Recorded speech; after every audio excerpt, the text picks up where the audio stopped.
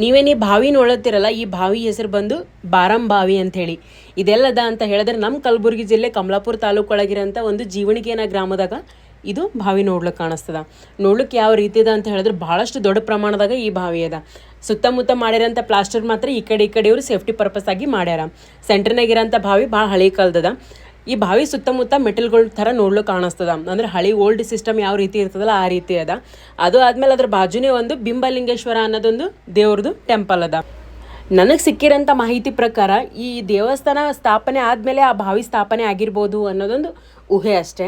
ಅದಾದ್ಮೇಲೆ ದೇವಸ್ಥಾನದ ಬಗ್ಗೆ ಹೇಳಬೇಕು ಅಂದ್ರೆ ಬಹಳಷ್ಟು ಹಳಿ ಕಾಲದ ಗುಡಿ ಅದ. ಗರ್ಭಗುಡಿ ಒಳಗೆ ಒಂದು ಬಿಂಬಲಿಂಗೇಶ್ವರದು ಲಿಂಗ ಅದ. ಅದಕ್ಕೊಂದು ಮೂರ್ತಿ ಸ್ಥಾಪನೆ ಮಾಡ್ಯಾರ. ಅಂದ್ರೆ ಈ ಕಡೆನೇ ಸ್ಥಾಪನೆ ಮಾಡ್ಯಾರ. ಅದಾದ್ಮೇಲೆ ಹೊರಗಿನ ಸೈಡ ಕೆಲವೊಂದು ಶಿಲ್ಪಕಲೆಗಳು ನೋಡ್ಲಿಕ್ಕೆ ಕಾಣಿಸ್ತಾವ. ಯಾವ ರೀತಿವ ಅಂತ ಹೇಳಿದ್ರೆ ಅರ್ಥನೇ ಮಾಡ್ಕೊಳಕ್ಕಾಗಲ್ಲ ಆ ರೀತಿವ. ಕೆಲವೊಂದು ಸರ್ಪಗಳು ಕಾಣಿಸ್ತಾವ. ಮತ್ತು ಒಂದು 5 ಅಡಿ ಸರ್ಪ ಅದ. ಅದಾದ್ಮೇಲೆ ಗಣಪತಿ ಮೂರ್ತಿ ಅದ.